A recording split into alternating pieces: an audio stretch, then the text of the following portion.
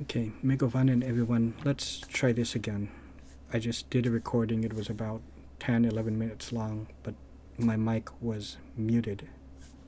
Making sure everything is okay now. Okay. Okay, what I wanted... how will I... okay, I'm making this video because, as you can see, this Suikoden 1 and 2 collection has just come out. I do have nostalgia with the first game. And I should preface that, and I've mentioned it before, I started off as a PC Western, RPG fan, playing, PC, role-playing games, starting with the Apple II, right? But really, I started with an Atari, but I don't include that because I was really, really young. And, I didn't really start getting into JRPGs until I was working at Funkoland around the mid-late 90s. And, as the old saying goes, you dance with the devil don't change, the devil changes you, which was the case here. So I started, around these, the consoles and these JRPGs, so I just picked it up one day. They have like a sample, like a display, and you can sample the games there. They used to have that at Funkoland, which is what GameStop is now. Does that even exist still? GameStop, or maybe there's only very few left, but there used to be a bunch of the PlayStations, N64, Nintendo, Super Nintendo, Genesis, all of that on display, and you can sample the games. So I did that, and Suikoden might have been the first one I played. I believe it is. And at the time, I just kind of started getting into it because I was bored, and I got it. And when I saw that this was coming out, this Suikoden 1 and 2, and since I've never played the second one, and everyone is talking about how Suikoden 2 has a much greater story, I was pondering on getting this. But look, they're asking $50 fucking goddamn dollars for this thing. And honestly, I'm thinking, because I've been away from playing JRPGs for so long, will I actually still enjoy this type of game? This was sort of like getting into JRPGs was like a brief lapse in judgment, you could almost say, but I genuinely did enjoy my time with it, but I don't know how it would be going back, because I'm just so used to well, here, okay, let me show you. Look at this. Suikoden is its ideas swirl under Okay, two look, different okay, flags, you see the this? Liberation Army and the Imperial Army. Will there be any walking around town? Find themselves Okay, taught yeah, in the look at this, city-states. right? Truce. See, it's, nice The 2D heroes come to sprites. acknowledge Okay, this their is what it's purpose. like when you are, Suikoden features more than expand on their Okay, see, you're going around town, and it looks like this. See, it's As a it nice expands, little various town. facilities are Here's your castle. If this is the first one, I remember Necklord's castle, and I remember Mark Mao, whom I worked with at Funkoland at the time. He said he got lost in Necklord's castle and began leveling up like a madman. But these are your shops, right? So you can go to them and buy shit from them, whatever. And the graphics are, high-res and everything. It looks beautiful, whatever. It's great. It's charming and all of that. People praise this, but if it's really the story that's important, what's the difference then if you just... and I want to really ask all of you people out there that have a love for these JRPGs, and again, I want to say I'm not trying to put it down or make fun of it, really, but...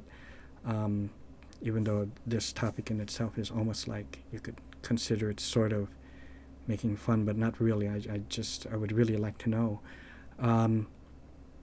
that what's the difference between going through it, playing it, and getting into the fights and going up into the end, versus waiting for people to complete it on YouTube, watching it, and seeing the various different endings, and skimming it, or wait till someone compiles all the cinematics and all the main story plot points, and you go through it that way, and you experience the story like a film, because it is very linear, these type of games. And I know a lot of you folks might be thinking, or maybe the people who really love JRPGs, probably thinking that, well, isn't it the same for any game, anything, like a Skyrim or a Baldur's Gate 3?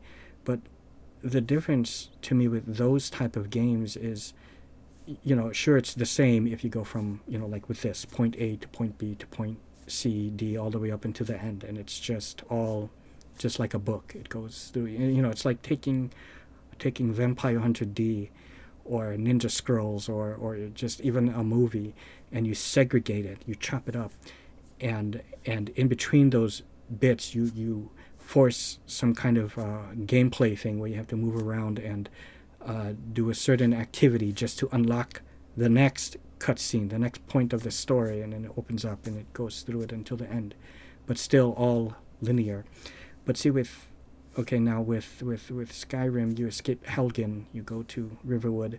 Sure, it's like all the same. And then you go to Belgrave, because I think it's Elvar or the other one who's part of the Stormcloaks.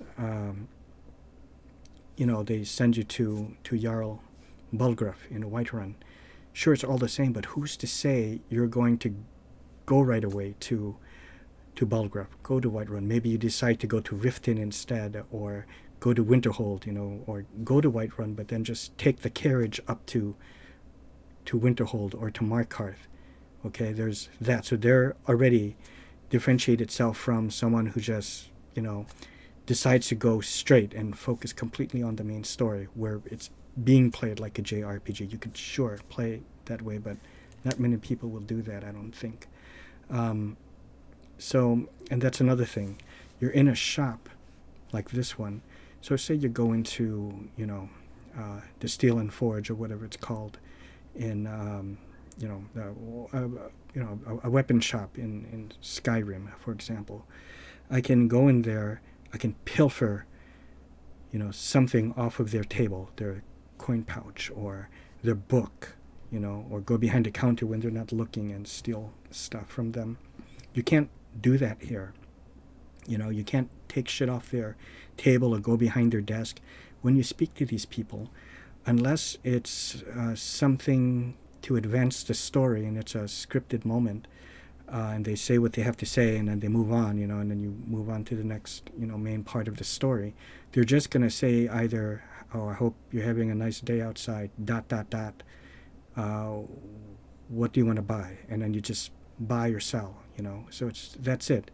The combat, okay, you look at this, and this game here, Lunar Collection. Now, here it is. I have this game, right?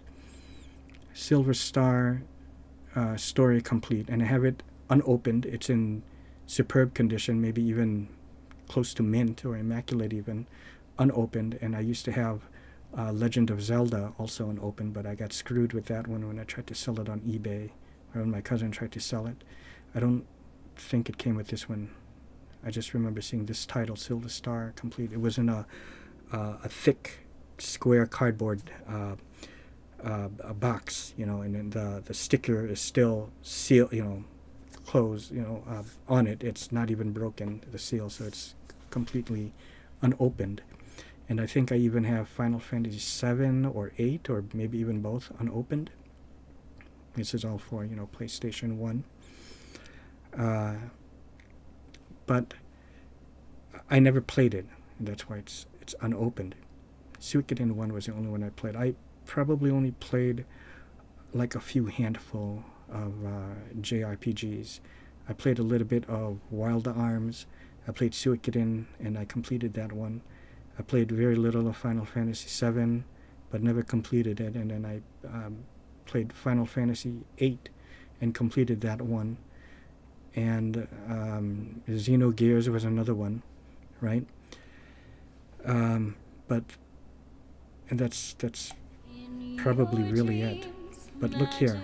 Now remember what you just saw in Suikoden. How let's see. Okay. Now if I was to go back to Suikoden, there's a town that's very similar. It's much more higher res looking than this one. But in Suikoden, almost a very similar shot. You see, it's all just 2D, and the fighting is just like all the same. I wish I could. Okay, see, it's something like this.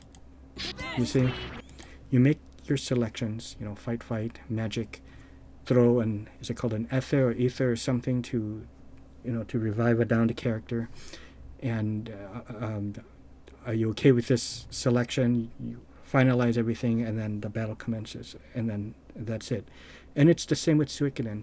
Suikoden has a little gimmick of where you can have combo attacks, and two people can attack at the same time. But the way they do it is they have like something where it looks almost like simultaneous attack, where they're all attacking at once. So you have people jumping in and out of combat.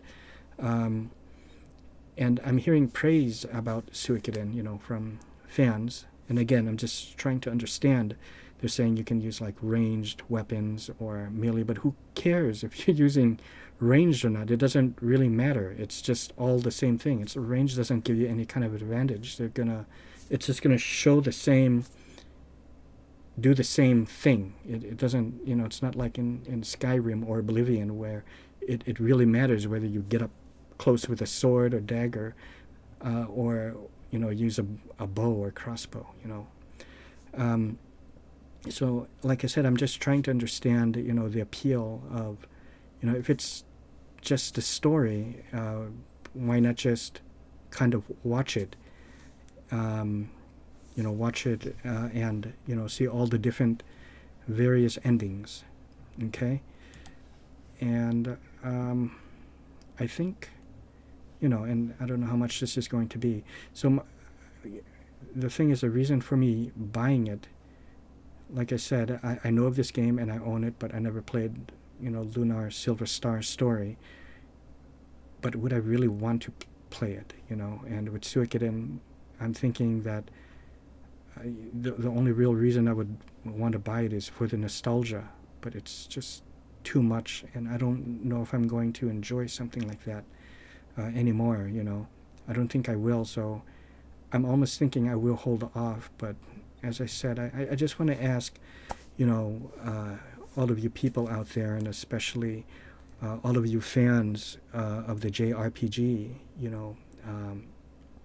genre, if, what is the appeal? Like, is there something maybe I am missing, or something more that you can do? And I guess that is really it. Okay, so yeah, that's all, and see you.